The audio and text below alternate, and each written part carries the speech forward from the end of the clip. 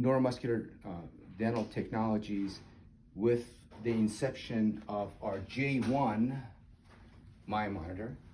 And you can see this box was actually introduced in 1964, before the company was founded, because it was designed by an engineer who worked in the back of Dr. Bernard Jankleson's office. And you can see the lack of sophistication in this unit. Mm-hmm. In fact, it did not even have any labels. It doesn't say what it is. But we actually sold about 25 of these. Dr. J used to travel, and he would have a couple of these, and at the end of the lecture, people would beg him to sell one of these devices. And of course, every one of them had a different price. And then the next technology we looked at was the J2, was marketed in 1968. And there are actually some J2s that are still operating, and some doctors are still using these. Well, prior to that, it was the J1, but the J2 is the device that saw mass production and mass utility by the dentist. And then you can see the progression.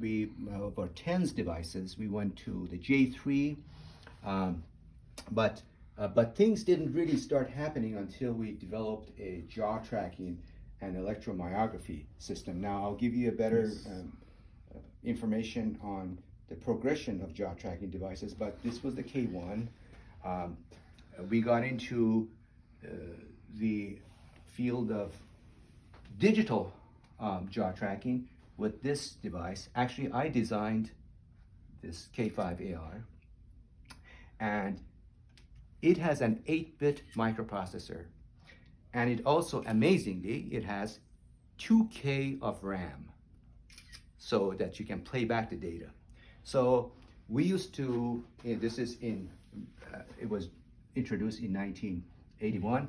We used to have announced to our audience, to the attendees, course attendees, that our device stores 16,000 cells of data, which is 2K times 8, which is 60. So, but you can see how things have progressed over the years. The only way we could get a hard copy of the tracing at that time was to use a camera, a Polaroid camera.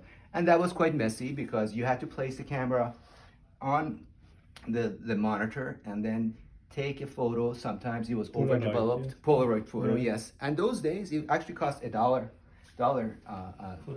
for each one. Yeah. And then sometimes it would get destroyed because it was overexposed. Yes. So we had to do it again. Now by then the patient, we had to run the tracing one more time. So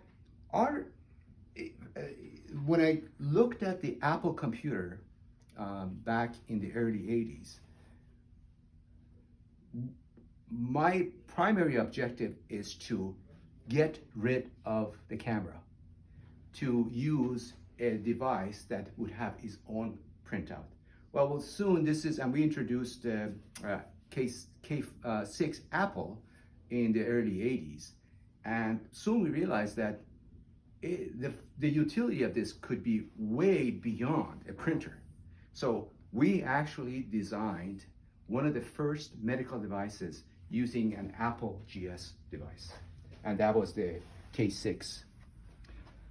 That was introduced in 1986. And you can see the Myotronics circuit boards in here.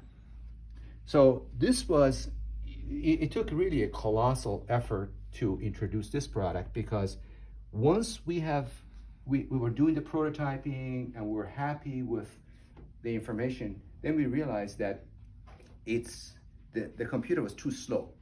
So we had to find what we call a speed demon circuit board that we bought from another company, and then we could speed an Apple computer by a factor of 3. The other thing we had to do is design special copper shield to eliminate the noise that is emanating from the power supply. And so it really delayed the development. We were working there day and night, and no sooner did we come up with the Apple GS that everybody was, with the K6 Apple GS, that everybody was asking for the IBM PC version of this. And I'll go over that a little later. We got into the field of electromyography with this device. It was introduced in the early 80s, and we did not sell. This is the EM1. We really did not sell that many of them. We sold about 20 because one of the problems was that it was using up too much battery power, and we had to replace the battery. To replace the battery, we had to open up the case. Anyway, we learned a lot from that, but then we introduced the EM2 in 1983, and which has its own printer, and we sold hundreds of these devices, EM2, and then so at that time we interfaced the EM2 with the Apple, and it was a kind of a real hodgepodge system, but really was way ahead of its time at that time, given the limitations of the technology. So let's come over this way. But just one question about Sure. this. Okay. This is actually an article. You can see my name. This is the article that I was referring to. That it was an American Dental Association article that we published. It takes a long time for me to explain this, but basically we quantified the impact of pushing the jaw back for centric relation. Occlusion analysis, because we actually showed that by pushing the jaw back by 2 pounds, by 3 pounds, by 4 pounds, we could see the change in the mandible three-dimensionally. And then we analyzed the data, and we realized that it's really is not an CR is not an objective position, because it changes. It is not objective. And that article was published with, I published that article with Dr. Bernard Jantgelson in 1986. So the article is titled "Effect of Variation in Manipulative Force on the Repetitiveness." So it was a study of repetitiveness of CR. It was way ahead of time, but it got published. And had received quite a response from the dental community with that article. Okay. So here we are. I'd like to. This is my office here. I knew you were coming, so I cleaned up. Yeah. Okay. I could imagine before we came how it was looking back. Okay. Okay. So I've got a few projects here, and sometimes I go on the floor. But anyway, a lot is going on, and you can see all the post-it notes. Yeah. You know, yes. Einstein office. One of them says, "Email Dr. Fadi." Einstein office. It looks like Einstein office. Huh? Okay. So these photos kind of show. You know, when you think about the success of neuromuscular dentistry and widespread acceptance of neuromuscular dentistry now, you know, we have to have a lot of respect for the doctors and the engineers who were engaged before me. And all these devices had to be developed with very minimal sale, because we sold very few of them. We only could sell them in the US at that time. And so that's the progression of the prototype, and then of what we call black box that eventually became the first Maya monitor, and then the J1, and then the J2, J3 in 1977, and this is the K1 that was introduced in 1971. We did not sell any of these. This was more of a prototype, but we did sell the model K2. You can see that the sensor array is quite complicated. We sold a couple of these units. In 1975, we introduced the K3, which not only you would buy all the technology from us, you will have to also buy the table and the case and and the cabinet. So this device, we actually sold one to University of British Columbia in Canada. This device was about 2,000 pounds. So you can see it was quite difficult. Then we miniaturized this with the introduction of the K4.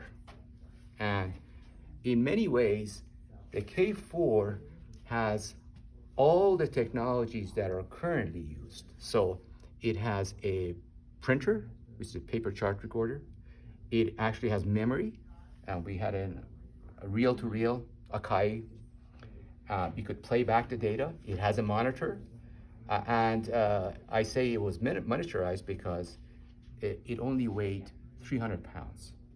So this technology, the K4, was actually shipped to Europe several times ahead of Dr. Bernard Jankleson's lecture. So, but you can see that we sold a couple of these units, the K4. Things didn't start happening until 1976 when we introduced the model K5. And by then we had established our relationship with J. Morita Corporation of Japan. And the device, this K5 was mass produced, but it still was analog technology. And when I joined Myotronics, my mission was to take the company from the analog world to the digital world. And this one, the K5, K5AR, is actually using an Intel microprocessor, is an 8-bit Intel microprocessor. And at that time, microprocessor technology, first of all, IBM PC and any PC did not exist. Microprocessor technology was at its infancy. And we used it for this device to provide the memory so that they can play back the data, store it and play it back. And we have already gone over the EM1. We learned a lot from the EM1. It's an 8-channel device, but it really was not a very successful device because we sold only a few. And then once we got into the J4 and BNS40, and then I'll go over the EM2.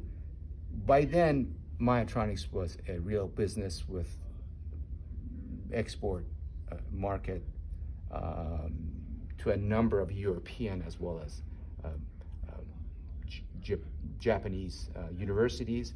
We're currently in over 120 universities around the world.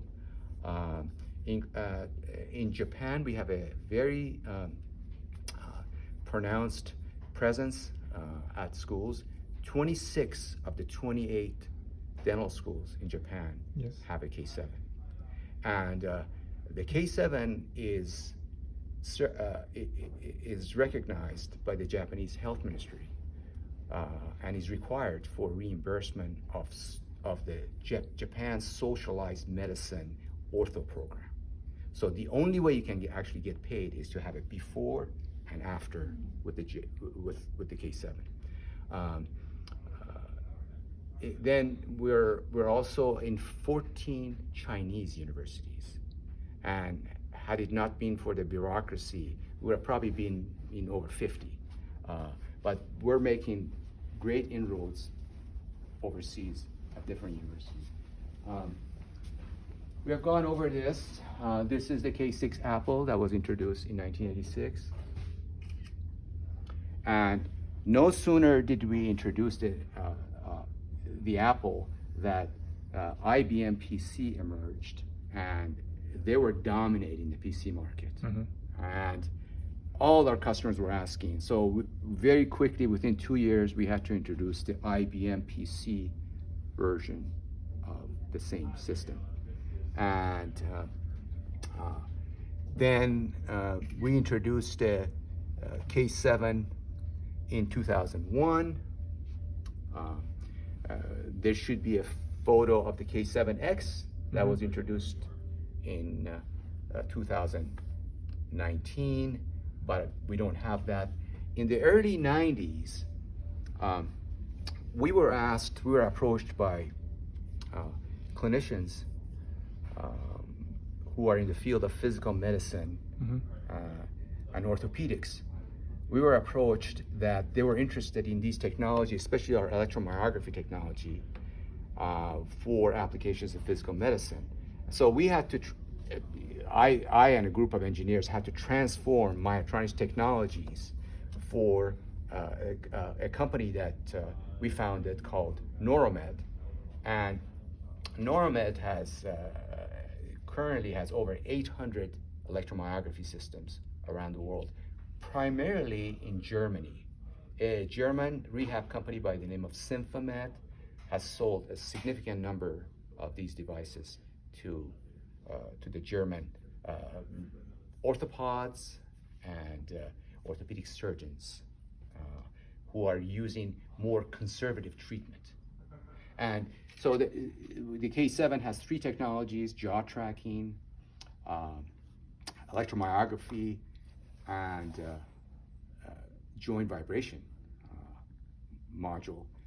The Neuromed system has range of motion to quantify the motion of the spine, the angular motion of the spine. It doesn't have the sophistication of jaw tracking, but angular motion of the spine and the arms and the limbs.